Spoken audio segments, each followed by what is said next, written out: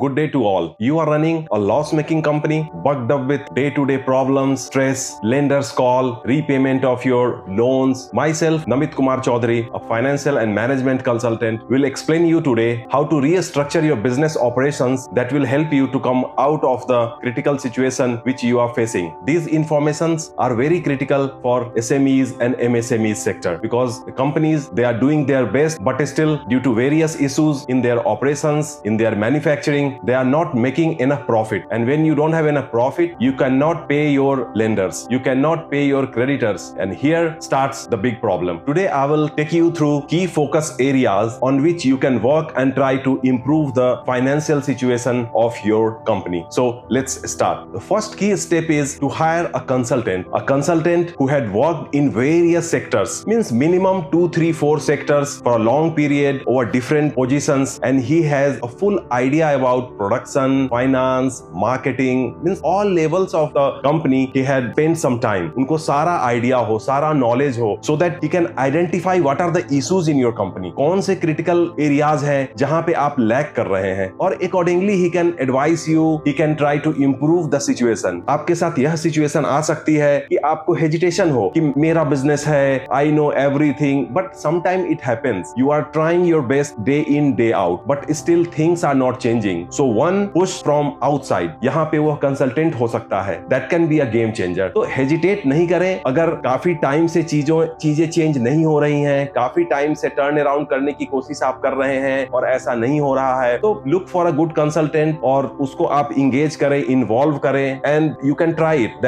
That could be a good remedy for your loss making company. The next की area is business strategy. जब आपने business start किया था तो आपने स्ट्रेटजी बनाई होगी, आपके प्रोडक्ट हैं, सर्विसेज हैं, मार्केट में क्या उसकी डिमांड है, कैसे सप्लाई हो रही है, क्या आपका कस्टमर फोकस एरिया रहेगा, किस कस्टमर प्रोफाइल को आप टारगेट करेंगे. तो बेस्ड ऑन दैट आपने सारी स्ट्रेटजी बनाने के बाद you must have setted up your manufacturing unit and then you had started selling and doing all those things. तो अभी ये it's a critical time. Now again you need to sit. आप बैठिए, सारे स्ट्रेटजी पे आप फिर से वर्किंग कीजिए. कहां किस चीज में आप लैग कर रहे हैं, कहां क्या पॉजिटिव है, मार्केट में लुकिंग फॉरवर्ड अगले 2 साल 3 साल 4 साल में कैसे कस्टमर के बिहेवियर में चेंज होने वाला है, और उस तरीके से आपके सर्विसेज हैं या आपके प्रोडक्ट्स हैं वो कहां फिट होते हैं, डिमांड कैसे जनरेट होगा, how to do marketing, how to do advertisement, how to pull more and more customer. तो इन सब चीजों पे इन डेप्थ बैठ के एनालिसिस करना और उसके बेसिस पे फ्यूचर प्लान बनाना बहुत जरूरी है. So let's work on the business strategy in completely a new way. आप अपना SWOT, जिसको SWOT भी बोलते हैं, आप एक SWOT एनालिसिस भी कर सकते हैं, जिसमें आप अपने स्ट्रेंथ हो गई, वीकनेस हो गई, आपकी अपॉर्चुनिटीज क्या है और थ्रेट्स क्या है, इन सब चीजों पे भी आप इन सब चीजों को भी आप एनालाइज कर सकते हैं, and accordingly you can give a push for the future. The next step is financial modelling. Financial modelling is very very important for any new setup और इवन द एग्जिस्टिंग और even companies running for last 10, 20, 30 years. एक proper budget होना बहुत जरूरी है. Future का forecast होना, आपकी टॉप लाइंस क्या रहने वाली है, क्योंकि टॉप लाइंस पे ही आपका बॉटम लाइन डिपेंड करेगा. तो you have to plan and then you have to prepare a budget and forecast. जब आप फाइनेंशियल मॉडलिंग करेंगे तो बहुत सारे की फैक्टर्स हैं जिसपे आपको वर्किंग करनी है और बहुत ही क्लोजली वर्किंग करनी है. जैसे आपका कैश कन्वर्जन साइकिल कैसा रहने वाला है, पास्ट में कैसा था, बेस्ड ऑन दैट आप फ्यूचर में कैसा रहने वाला है, आपकी वर्किंग कैपिटल मैनेजमेंट आप किस तरीके से करेंगे, आप अपना एसेट मैनेजमेंट कैसे करेंगे, मैन पावर की मैनेजमेंट कैसे करेंगे, क्योंकि जितना माइन्यूटली इन सब चीजों को कंसिडरेशन में रखते हुए each and everything you will incorporate with your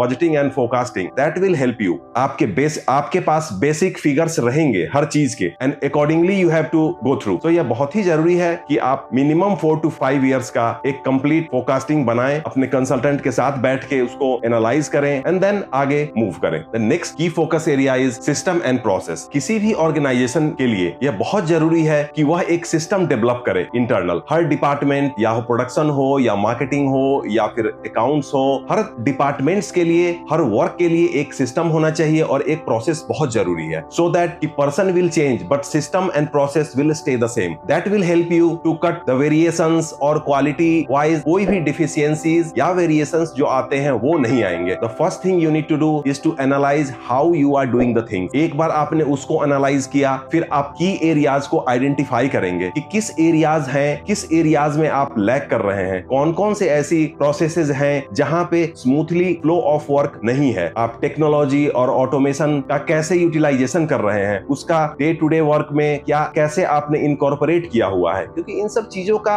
आज बहुत ही ज्यादा इंपॉर्टेंस है। That will help you to control the thing. System and process को सही से डेवलप करना और उसका इंप्लीमेंटेशन ये बहुत ही जरूरी है। जब तक आप एक रोबोस्ट प्रोसेस और सिस्टम इंप्लीमेंट नहीं करेंगे, चीजों में वेरिएशंस आती रहेंगी। एक स्टैंडर्डाइज प्रोडक्ट या एक स्टैंडर्डाइज तरीका नहीं हो सकता है जिसको फॉलो किया जा सके। अगर हम सिस्टम एंड प्रोसेस में ही कम्युनिकेशन भी आता है, और कम्युनिकेशन बहुत जरूरी है in terms of informing each and everything whatever is happening to the management. अगर सही टाइम पे मैनेजमेंट को इन्फॉर्म किया जा सके तो बहुत बड़े डैमेज से बचा जा सकता है, हम रिस्क को मिटिगेट कर सकते हैं, because management will take a quick action and they can eliminate the problem only. तो ये बहुत ही जरूरी है कि कम्युनिकेशन भी इसलिए बहुत जरूरी है कि कम्युनिकेशन हाई लेवल की रखें और टाइमली वे में मैनेजमेंट को कम्युनिकेट करें। The next key focus area is monitoring and evaluation. आपने ऑब्जेक्टिव्स, गोल तो डिफाइन कर दिए by doing forecasting and budgeting, but efficiency कैसे बढ़ेगी, हाउ टू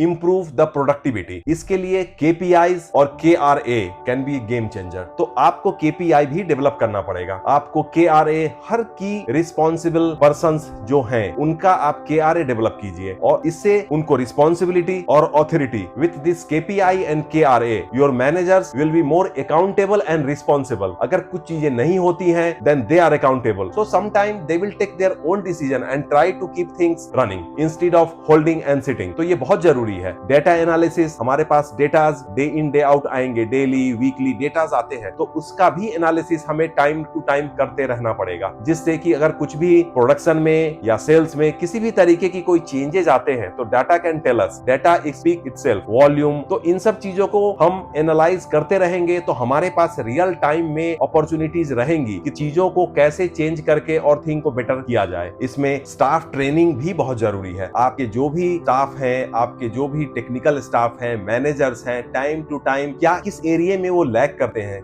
कौन सा ऐसा एरियाज है, चाहे डिजिटल बोले, चाहे वह डिजिटल हो, या जो उनके प्रोडक्टिविटी में किसी तरीके का ऑब्स्टेकल क्रिएट कर रहा है। तो this training will help them to open up, discuss his issues, his problems, and then management उसको सॉर्ट आउट करके और इफिशियंसी बढ़ा सकती है। लास्ट बट नॉट लिस्ट, अगर हम पूरी चीजों को कंक्लूड करें तो कंसिस्टेंट फॉलो अप बहुत जरूरी है। हमने सारी चीजें, सिस्टम भी बना दी, हमने प्रोसेस सेटअप कर दिया, हमने बजटिंग फोरकास्टिंग कर दी, हमने मार्केट स्ट्रेटजी बना ली, बट अगर इन सब चीजों पे कंसिस्टेंटली हम फॉलो अप नहीं करेंगे, हमने सब जो मैनेजर्स हैं, सीनियर मैनेजर्स हैं, जो टेक्नीशियन है, हमने सबके केपीआई सबको दे दिया, हमने केआरए भी बना दिया, but who is doing what, either they are performing their duties well. इन सब चीजों की भी कंसिस्टेंटली ट्रैकिंग बहुत जरूरी है। तो आप इस तरीके का एक सिस्टम बनाएं जिसमें कि एक ऑटोमेटिक ट्रैकिंग हो, जो आपके डाटा पॉइंट्स में आप ऐसे इंडिकेटर्स डेवलप करें जिससे कि आपको आसानी हो ट्रैक करने में कि कहां कैसे क्या चीजें हो रही हैं। हर चीजों का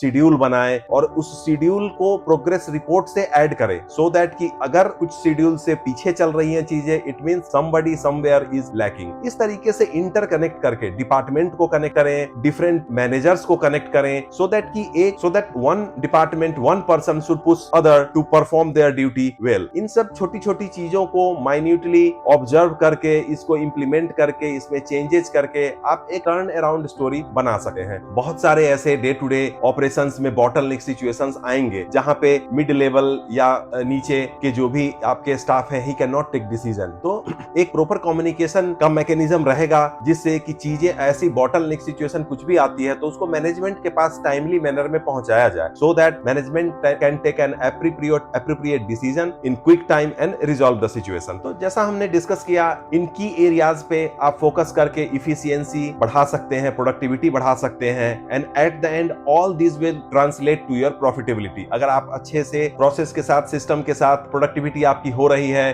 टाइमली जो भी टारगेट्स हैं वो अचीव हो रहे हैं, देन प्रॉफिटेबिलिटी विल ऑटोमेटिकली कम। क्योंकि बेसिक इन सब चीजों की वजह से ही कंपनीज लैग करती करती हैं, and specially small and mid segment जहां पे काफी मिक्सअप रहती हैं चीजें, एक चीजों को ही दो दो तीन तीन लोग कर रहे हैं, everybody is doing, 2-3 people are doing but nobody is accountable for that, तो उसमें चीजें थोड़ी सी लथार्जिक और लैकिंग हो जाती है। तो ऐसे ही चीजों पे आप फोकस करें, try to implement the things और अपने आप को इन्वॉल्व रखें, keep monitoring, so all these things will help you to grow and get a positive return. ऐसे ही मोर इंफॉर्मेटिव वीडियोस के लिए, इस तरीके के टॉपिक्स पे वीडियो के लिए keep watching, keep sharing and subscribing our channel. Thank you so much for watching. Stay safe and stay healthy.